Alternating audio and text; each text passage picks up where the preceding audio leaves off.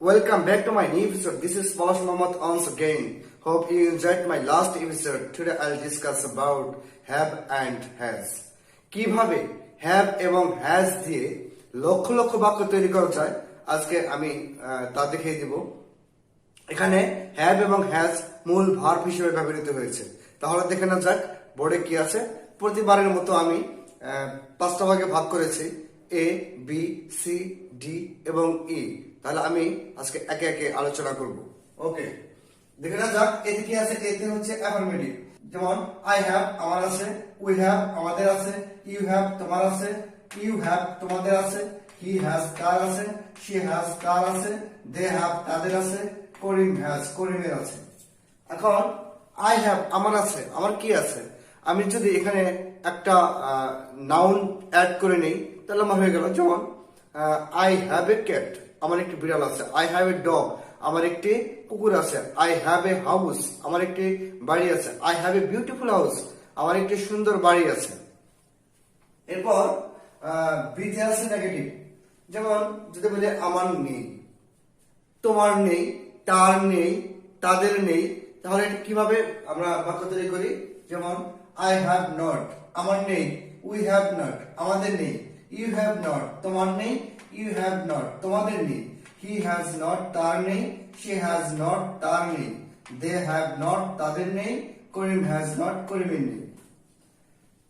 তাহলে হ্যাভ এর পরে নট বসিয়ে দিলেই নেগেটিভ বোঝাবে।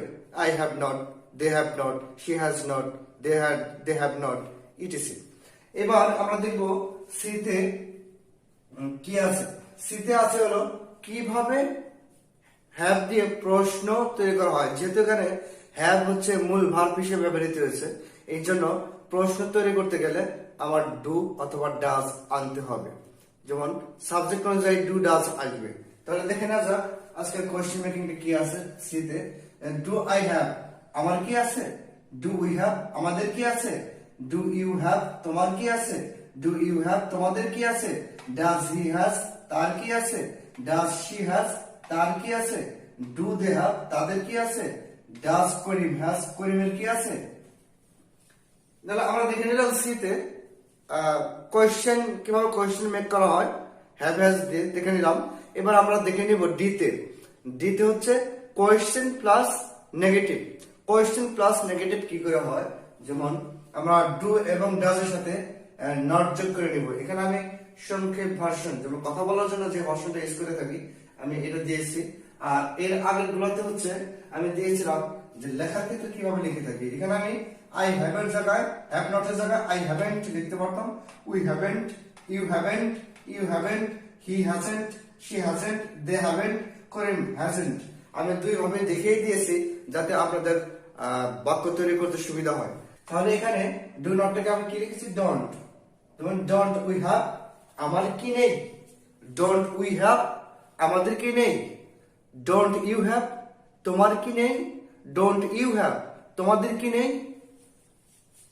ডাজন্ট হি হ্যাজ, তার কি নেই। ডাজন্ট শি হ্যাজ, তার কি নেই। ডোন্ট দে হ্যাভ, তাদের কি নেই। ডাজন্ট করিম হ্যাজ, করিমের কি নেই।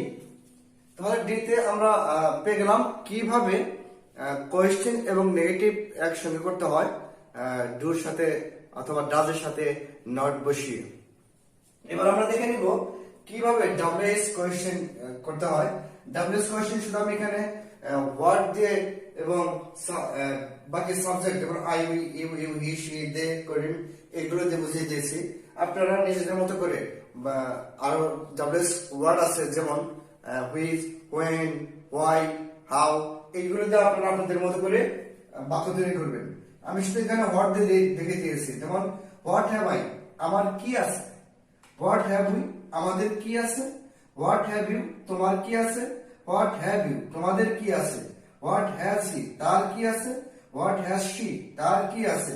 হোয়াট হ্যাভ দে, তাদের কি আছে। হোয়াট হ্যাজ করিম, করিমের কি আছে।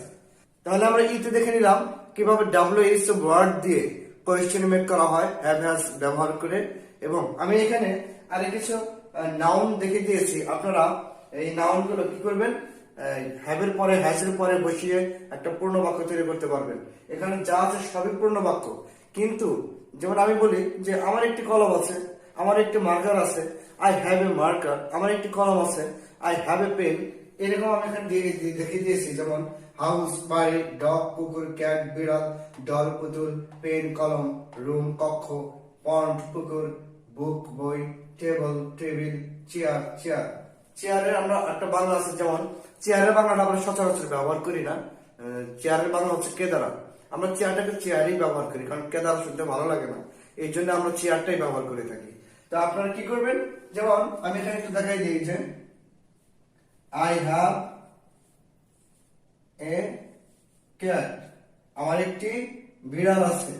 তো এই ক্যাটের জায়গায় আপনারা এই নাউন গুলো বসিয়ে নেবেন।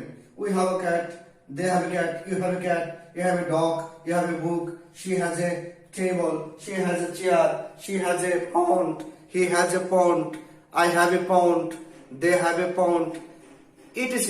এরকম আরো অনেক নাউন আছে, যে নাউন গুলো ব্যবহার করে করে আমরা অনেক বাক্য তৈরি করতে পারি। 1 লক্ষ, 1.5 লক্ষ, 2 লক্ষ বাক্য তৈরি করার কোনো ব্যাপার না, শুধুমাত্র প্র্যাকটিস করতে হবে। প্রতিবারের মতো আমি যেটা বলি যে পজ করে করে খাতা কলম হাতে নিয়ে আপনারা প্র্যাকটিস করবেন। আর আমার প্রতিটি এপিসোড যদি আপনারা একের পর এক সিরিয়ালি যদি দেখে প্র্যাকটিস করতে পারেন, within 3 month you have to overcome. আপনি 3 মাসের মধ্যে ইনশাল্লাহ আপনার যে আশাটা ইংরেজিতে কথা বলতে পারার একটা প্রচেষ্টা, এটা আমার মনে হয় আপনাদের হয়ে যাবে। তো আজ এই পর্যন্তই, দেখা হবে ইনশাল্লাহ নেক্সট এপিসোডে।